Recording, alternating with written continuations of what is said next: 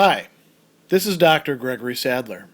I'm a professor of philosophy and the president and founder of an educational consulting company called Reason.io, where we put philosophy into practice.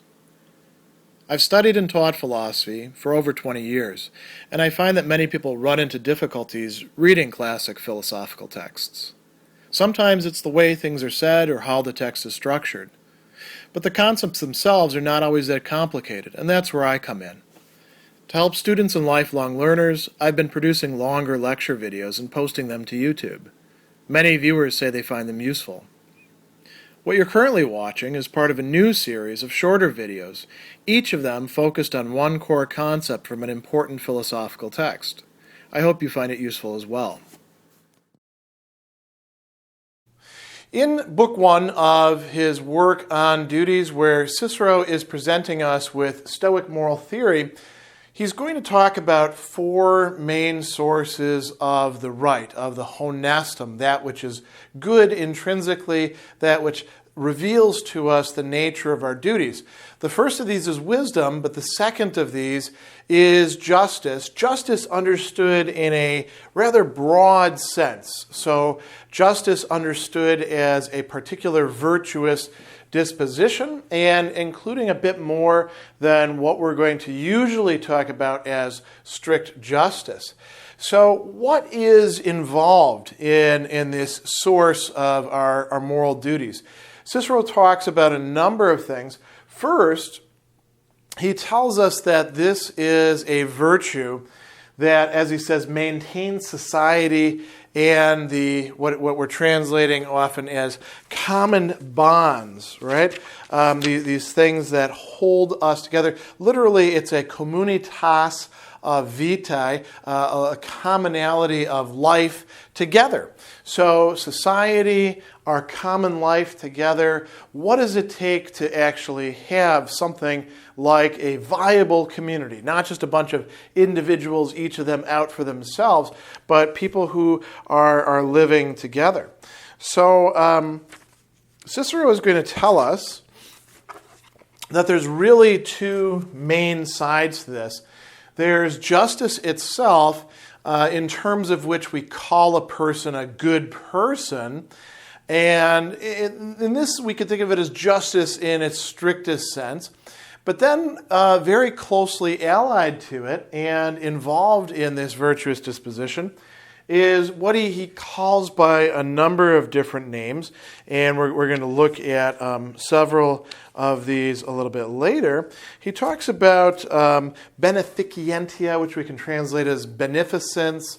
Sometimes it's translated as charity, sometimes a little bit, wrongly as benevolence. Benevolence really has to do with the will rather than the doing or the making, the facere in this case. And he says that another way of talking about this is benignitatem or liberalitatem, that is kindness or generosity. And these are good ways to understand that as well. So both of these actually further this need for maintaining society and a common life together. It's not enough just to observe the rules, you might say, and to refrain from violating anybody's rights or any sort of strict justice.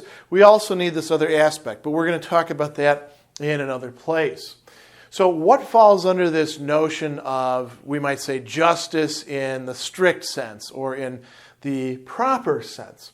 Cicero talks about five main big headings in the section where he is describing this to us in Book 1. And he devotes a lot of space to it. He tells us that there's really two, sort of primary, you might say, not locations, but sort of subdivisions of the duties involved with justice.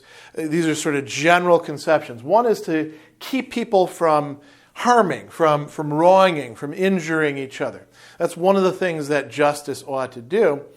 But he tells us as well that justice ought to lead people to use the common property for common interests. And this is what we can often talk about in another way as common good. There are things that we look at as belonging to all of us. Examples of this would include, say, city property, right? Or the air that we're breathing. And we'll come back to that in a moment. We're going to look at each of these in turn. He also talks about the need to maintain truth and fidelity in agreements, that this is another part of justice. And then he also distinguishes between harming others and and allowing others to be harmed. So if we're really just, we also prevent other people from being harmed. It's not enough just that we keep ourselves from harming them. We also don't let other people harm them. And the final thing that he talks about, and devotes a lot of space to this in terms of war, is there have to be certain limits to whatever retribution or punishment we impose, and even to combat, to war itself with people who declare themselves our enemies, either by word or by action. So let's talk about each of these in turn a little bit. He says the first office of justice is to keep one person from doing harm to another. And there's a very important proviso here. Unless provoked by wrong. Right? So, there could be cases where if the other person is wronging us, we actually do have to harm the other person. Self-defense would be a great example. Cases where we have to redress some sort of thing that has been imposed on us and we don't have the time to wait for the authorities to come along. And then he talks about common property. He says that really there is no such thing as private ownership established by nature, but property becomes private either through long occupancy or by due process of law, bargain, purchase, or allotment. And so Cicero looks at private property as being something kind of special. It's not something that we just automatically assume everything is from the very beginning. Rather, things are, and this is a fairly typical way of looking at property in the ancient world, things are originally sort of common to all the human beings in the world, and they all have a share in it, and then it gets set aside, set apart for specific reasons. And this places limits on private property, right? So he says, we're not born for ourselves alone. Our country claims a share of our being, and our friends a share. And since, as the Stoics hold, everything the earth produces is created for human beings' use, and human beings are born for the sake of other human beings, that they might be able to help each other, this is all part of what it means to be genuinely just, according to Cicero and according to the Stoics. So this is an important conception. Maintaining truth and fidelity. He says the foundation of justice is good faith, fides, right?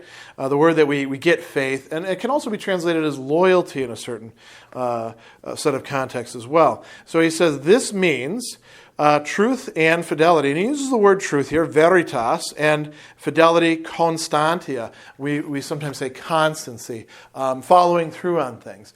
Doing that in relation to agreements.